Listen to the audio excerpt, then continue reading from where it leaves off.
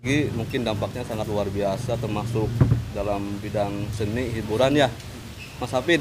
Mungkin secara dampak sudah terlihat jelas ya, artinya di luar teman-teman musisi pun mengetahui bahwa hiburan ditiadakan. Mungkin musisi hanya pelaku gitu. Yang pertama mungkin yang lebih kena itu sebelum musisi itu si orang event ini.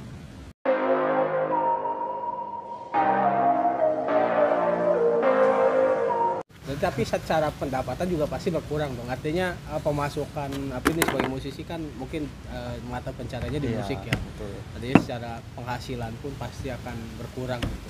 Sama lah mungkin semua sektor terkena dampaknya gitu tuh ya, masalah penghasilan ini gitu, pendapatan. Iya, akhirnya muncul pembicaraan dari teman-teman musisi yang tadinya musisi sekarang jadi pedagang. Supaya ada di rumah dijualin. Gitu. Iya. Banyak yang seperti itu, sangat menyedihkan sih. Sangat luar biasa ya, Mas Hafid ya. Betul. Jadi gitu Mas Raweng, ini bagaimana untuk kita kemudian harus membahas dari segi mungkin bisnis ada, seniman juga ada, secara sosial di lapangan pun sama lah. Apalagi saya juga bergerak di sosial ya, sangat merasa gergetan gitu dengan adanya COVID ini tuh. Apalagi ketika sudah ada maklumat dari Polri itu yang kita tidak boleh mengadakan kerumunan ya, bagi orang-orang sosial ya susah juga untuk bergerak gitu. Meskipun ada hal-hal sesuatu yang bisa dikerjakan di rumah, minimal bersih-bersih rumah lah, bersih-bersih diri ya. Contohnya mungkin dari cuci tangan, kita setiap hari juga pasti wudhu lah. Tanpa diberitahukan oleh pemerintah pun kita pasti setiap hari cuci tangan. Tapi alhamdulillah dengan adanya seperti ini ya, ada saja hikmah-hikmah pembelajaran yang memang itu menjadi ternyata inilah yang terbaik untuk kita. Untuk secara gerakan-gerakan sosial, karena memang sifatnya sosial itu mengumpulkan massa ya, kita kerepotan yaitu saat perizinan gitu. Lagi-lagi ketika acara sosial itu merasa ada intimidasi, gak boleh, tapi kok sisi lain sekarang ketika maklumat Polri itu dicabut ya, orang mengadakan kawinan, hajatan, organ segala macam. Sampai kemarin juga ada ya, saat kemarin itu ada lagi manggung tiba-tiba diberhentikan oleh pihak aparat. Sedangkan pasti namanya orang hajat itu kan sudah izin dulu ke pihak kepolisian yang memang mereka menjadi tim sebagai yang memberikan fatwa membolehkan untuk mengadakan keramaian. Nggak dapat izin itu ya, Iya. gitu ya tadinya. Kalau memang tidak boleh ya dari awal aja tidak boleh gitu tuh. Kenapa ketika sudah berjalan dengan sudah berjalan di setengah waktu tiba-tiba diberhentikan lah sama pihak keamanan yang memang baru ada himbauan tidak boleh mengadakan hiburan gitu. Itu kan menjadi rancu juga, itu bagaimana ini? Sebenarnya saya pikir lebih daripada rancu, sebab ya itu tadi, semua lini kok kita menemukan ketidakjelasan gara-gara persoalan dampak corona ini.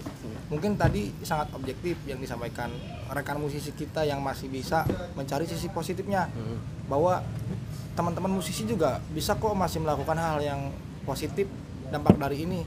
Artinya kita mungkin masih bisa untuk memaksa memandang ini secara objektif dari semua sisi, meskipun dari sisi lain juga kita tentunya berbeda pandangan ini. Kemudian fakta lapangan juga di beberapa daerah khususnya Indonesia ini kan ada hajat negara juga, ada hajat negara yang sedang berproses hari ini, yaitu pemilu di beberapa wilayah yang memang syarat sekali dengan kerumunan. Wah itu ya luar biasa. Ini kan ini yang saya pikir teman-teman di era milenial juga bisa melihat itu melalui gadgetnya masing-masing, melalui medsosnya masing-masing, seberapa parah perbedaan pandangan ini gitu pengaruhnya. Dan saya belum menemukan juga alasan yang tepat pemerintah ketika membolehkan pemilu ini digelar, yang memang syarat sekali itu tadi seperti dengan kerumunan sosial dan lain sebagainya, yang meskipun dari penyelenggara sendiri itu membuat protokol, membuat aturan main yang memang untuk menghindari dari persoalan COVID ini, tapi bagaimanapun itu jelas akan berpengaruh kepada hasil demokrasi itu sendiri. Karena demokrasi syarat secara langsung kok. gesekan langsung, berpikir langsung, kita bergerak juga bergerak langsung. Bagaimana mungkin kalau memang ya itu tadilah, masing-masing dari kita pada akhirnya punya cara pandang sendiri, dari mulai ya khususnya anak-anak milenial yang saya di awal tadi mengatakan sambutan untuk era milenial ini sangat luar biasa. Ini luar biasa saya pikir. Sekarang orang nggak harus kemana-mana kok buat melihat informasi, tanpa kita sendiri tahu bagaimana cara mengolah, mencerna informasi tersebut, sehingga ketika kita sampaikan informasi tersebut secara secara dari orang, dari person to person, itu bisa kuat, itu bisa benar, jelas kebenarannya. Ini kan informasi yang kita dapat, selalu saja ada pembelaan yang mengatakan bahwa itu informasi hoax. Ada yang membenarkan, ada yang menyalahkan. Jadi luar biasa. Dunia komunikasi juga akhirnya dampak luar biasa yang harusnya bisa menjadi poros kekuatan informasi kebenaran. Ini justru ikut keruh juga gara-gara persoalan corona ini. Nah, mungkin kita beranjak pembahasan kita hari ini itu tinggal kepada bagaimana cara kita bertahan dan berkembang di situasi Covid ini dari masing-masing kalangan. Ada musisi, ada rekan mahasiswa, ada pembisnis, kemudian birokrat, sosialis juga ada. Bagaimana cara kita bertahan agar kita tidak keluar dari nilai-nilai kemanusiaan, itu saja. Karena saya pikir kita harus melalui ini dengan baik, sama seperti harapan teman-teman, harapan pemerintah dan lainnya, bahwa kita harus sama-sama berhasil dari persoalan corona ini.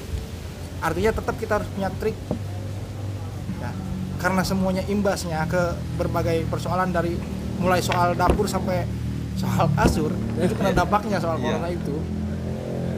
Jelas kita harus persiapkan. Mungkin dari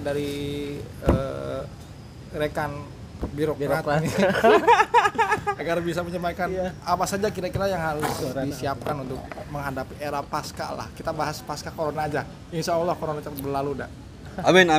Wah, ini luar biasa kalau harus dikatakan sebagai orang birokrat, karena memang saya juga tidak masuk dalam birokrat apapun lah. Saya hanya sebatas penggerak sosial, bahkan saya sendiri punya nama yaitu Pemuda Ringso gitu tuh. Kalau secara untuk kita bertahan ataupun dari gonjang-ganjing Covid yang tidak jelas ini, sehingga tadi juga meraba-raba, apalagi kita punya hajat besar lah, yaitu pilkada.